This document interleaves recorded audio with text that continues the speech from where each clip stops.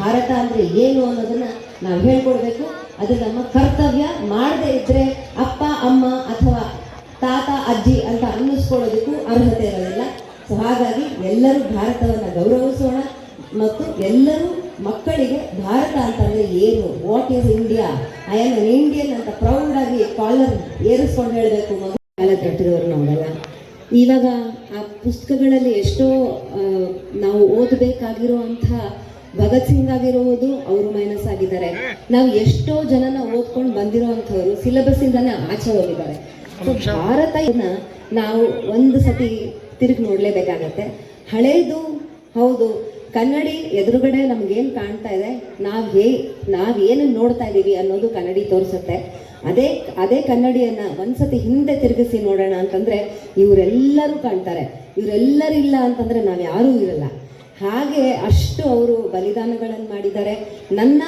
ನನ್ನ ಪುಣ್ಯ ಏನು ಅಂತಂದರೆ, ನನಗೆ ಸಂದೀಪ್ ಉನ್ನಿಕೃಷ್ಣನ ಅವರ ಆ ಯೋಧರವರ ತಾಯಿ ತಂದೆ ಅವರನ್ನು ಭೇಟಿ ಮಾಡೋ ಅವಕಾಶ ಸಿಕ್ತು. ನನಗೆ ನಮ್ಮ ತಂದೆಯ ಪ್ರೋಗ್ರಾಮ್ ಆಗ್ತಾ ಇದೆ ಈ ಪ್ರೋಗ್ರಾಮ್ ನೋಡ್ತಾ. ಎದಕ್ಕಂತಂದರೆ ಅವರು ಹೀಗೆ ಮಾಡ್ತಿದ್ರು. ಭಾರತ ಅಂದ ಕೂಡಲೇ ಮೈ ರೋಮಾಂಚನಗೊಳ್ಳುತ್ತೆ. ಎಲ್ಲರಿಗೂ ನಮಗೆ ಹಾಗೆ ಆಗಬೇಕು. ನನ್ನ ಮಕ್ಕಳಿಗೂ ನಮ್ಮ ಮಕ್ಕಳಿಗೂ ನಾವು ಭಾರತದ ಬೆಲೆ ಏನು ಅನ್ನೋದನ್ನು ಖಂಡಿತವಾಗ್ಲೂ ಅವ್ರಿಗೆ ತೋರಿಸ್ಕೊಡ್ಬೇಕು, ಹೇಳ್ಕೊಡ್ಬೇಕು. ನಾವು ಕಾಗಕ್ಕ ಗುಗಬಕ್ಕ ಕಥೆಗಳನ್ನು ನಾವು ಹೇಳ್ತಾ ಹೋದರೆ ಅವ್ರುಗಳಿಗೆ ಅದು ಇಂಟ್ರೆಸ್ಟಿಂಗ್ ಆಗಿರ್ಬೋದು. ಆದರೆ ನಾವು ನಮ್ಮ ಯೋಧರನ್ನು ಎಂದಿಗೂ ಮರಿಬಾರ್ದು. ನನ್ನ ಮೈಯಲ್ಲಿ ಹರಿತಾ ಇರೋದು ರವಿ ಬೆಳಗೆರೆ ರಕ್ತ ಹೌದು. ಅದಕ್ಕೋಸ್ಕರ ನಾನು ಹೇಳ್ತೀನಿ, ಒಬ್ಬಳು ಪತ್ರಕರ್ತೆ ಆಗಿ ನಾನೂ ಒಂದು ಯೋಧೆ ಅಂತ.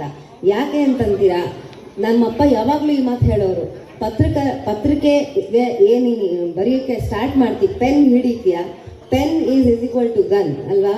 ಹಾಗೆ ನಾವು ಯಾವುದನ್ನ ಸತ್ಯನ ಹಿಂಜರಿದೆ ಮುಂದಕ್ಕೆ ಮಾತಾಡ್ತೀವಿ, ಸಮಾಜ ಉದ್ಧಾರನೂ ಆಗುತ್ತೆ, ಸಮಾಜ ಏಳಿಗೆನೂ ಪಡೆಯುತ್ತೆ ಅಂತ ನಾನು ಮಾತಾಡಬೇಕು. ಪತ್ರಿಕೋದ್ಯಮದಲ್ಲಿ ಏನೇನು ಧ್ವನಿ ಎತ್ತಬೇಕು ಅದನ್ನೆಲ್ಲದನ್ನು ನನ್ನ ಸಹಪಾಠಿಗಳೊಂದಿಗೆ, ನನ್ನ ಎಲ್ಲ ಬೆಂಬಲ ಕೊಡುವಂಥ ನನ್ನ ಸ್ಟಾಫ್ಗಳ ಜೊತೆಗೆ ನಾನು ಬೆರೆತಿದ್ದೀನಿ.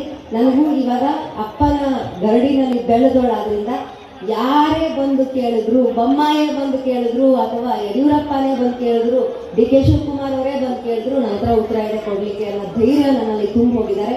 ನಾನು ಅದನ್ನು ಖಂಡಿತ ಕಾಪಾಡ್ಕೊಂಡು ಹೋಗ್ತೀನಿ. ಭಾರತ ಅನ್ನೋದನ್ನು ನಾವು ಎಂದಿಗೂ ಬಿಟ್ಟುಕೊಡಬಾರ್ದು. ನಮ್ಮ ಭಾರತ ಅಂದರೆ ನಮ್ಮ ಮನೆ ಅದು. ಸೊ ಹಾಗಾಗಿ ಆ ಸೂರನ್ನು ನಾವು ಎಂದಿಗೂ ನಮ್ಮ ಕೆಳಗಡೆ ಬೀಳೋ ಹಾಗೆ ಮಾಡಬಾರ್ದು. ಅದಕ್ಕಷ್ಟೇ ಗೌರವ ಕೊಡಬೇಕು.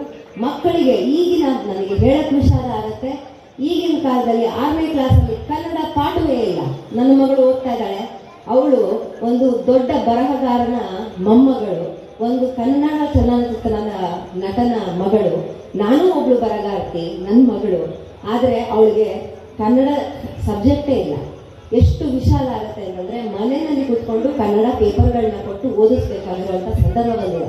ಅವಳಿಗೆ ಏನಕ್ಕೆ ಅಂದರೆ, ಅವ್ರು ತಗೊಳ್ಳೋ ಸಿಲೆಬಸ್ಸು, ಅವ್ರು ತಗೊಳ್ತಾರೆ ಎಲ್ಲ ವಿದೇಶದ ಕಡೆ ತಿರುಗ್ತಾ ಇದ್ದಾರೆ.